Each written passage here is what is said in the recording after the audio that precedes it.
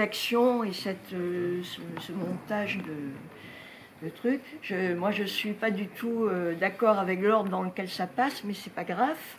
Hein. Simplement. T'as un micro là, t'as un micro derrière toi. Et viens Bernard. Oui.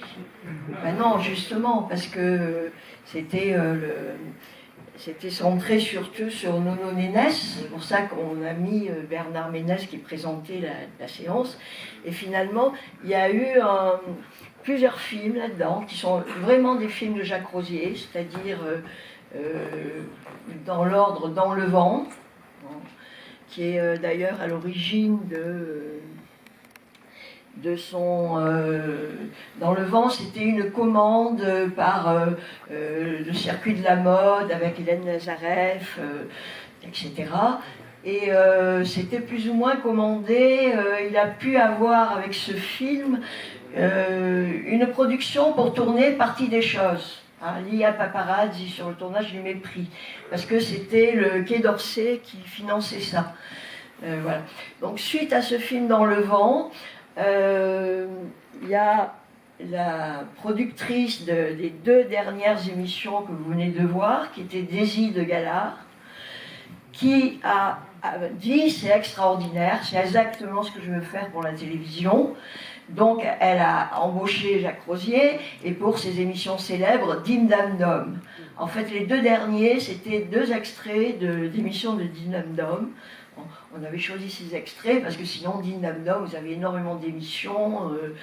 On ne voulait pas vous passer pendant des heures où Jacques Rosier intervenait juste sur... il y en a une avec France Gall, où c'est lui qui dirigeait simplement France Gall. Donc les deux exemples, là, c'était le duel long cours, qui est très drôle, et la mode printemps-été 67. Voilà. Là, sur la télé, c'est très intéressant sur la télé des années 67, parce que c'est la collection de mode présentée de cette manière. Ça a un peu changé aujourd'hui, c'est beaucoup plus conventionnel, la façon de présenter la mode. Voilà. Mais c'est dans le cadre d'émissions télé. Après, Roméo et Jupette, et en dernier, qu'il a fait, toujours financé par le Quai d'Orsay.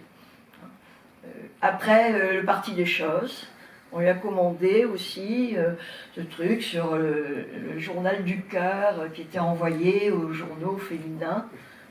Donc il a tourné ça. Avec de très belles couleurs, c'est parfait.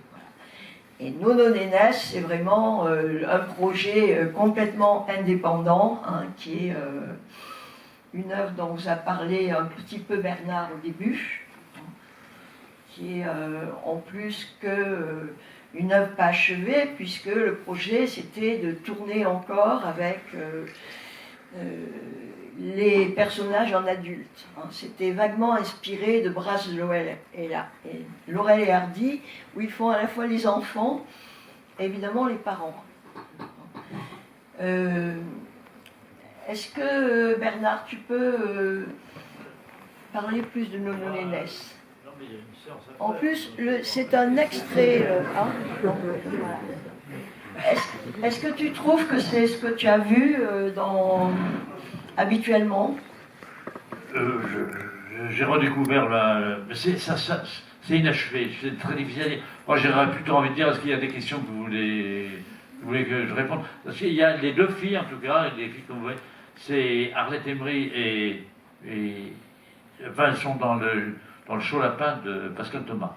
Elle tourne avec moi après plus tard. Il n'y en a qu'une de fille. Non, il y en a deux, Arlette Emery et il y a Poupette. Poupette, elle tourne, je la drague dans le Chaud Lapin. Alors, c'est quelque chose. Non, parce qu'il y a une question, non, c'est ça, c'est une question. Arthur, c'est qui? Comment? Arthur, c'est qui? Arthur, c'est Maurice Rich. Maurice Rich. Alors, Maurice Rich, c'était un. Alors, avec Jacques Rosier, nous avons beaucoup répété un projet qui ne s'est jamais fait, qui s'appelait Nono Nénette, sur la musique de Nono Nanette.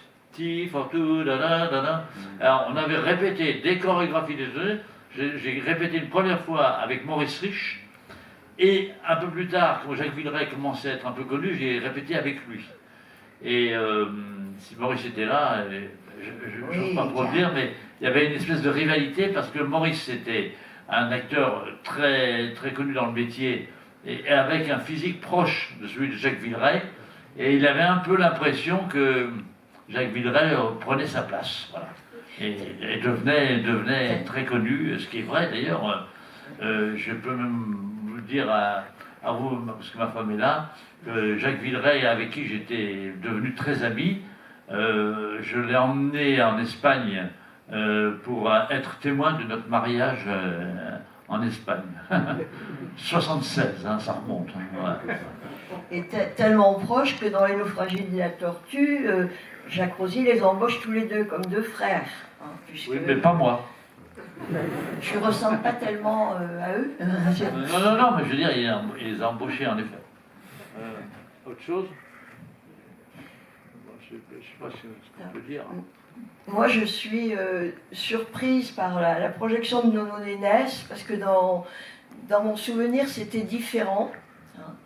Et il y a eu un peu... Jacques Rosier, lui, voulait continuer ce film. Hein. Il a je ne sais pas combien d'heures de rush. Hein. Et il se trouve qu'au moment où on a numérisé ça, au laboratoire Ivanti, c'était presque un hasard, il avait apporté juste une cassette sur les 12 qu'il avait de rush. Et il y a eu un peu, ils se sont servis de cette cassette pour faire ce film. Mais il y avait déjà un montage qu'on diffusait qui est légèrement différent. Hein.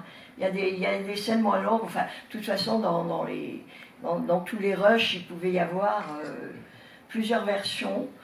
Donc là, c'est une version que je ne connaissais pas, hein, qui a été un peu le hasard au laboratoire. Mais récemment, Jacques Rosier voulait recommencer le montage, il n'a pas eu les moyens. Hein. Mais oui, mais surtout ces rushs. Hein. J'ai pas dit le tournage, j'ai dit le montage. Oui, c'est-à-dire que la période où, en adulte, évidemment, serait à tourner, mais je veux dire, il y a énormément de rushs encore de ce film.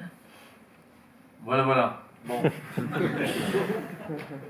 Bon, bah, à tout à l'heure pour la suite.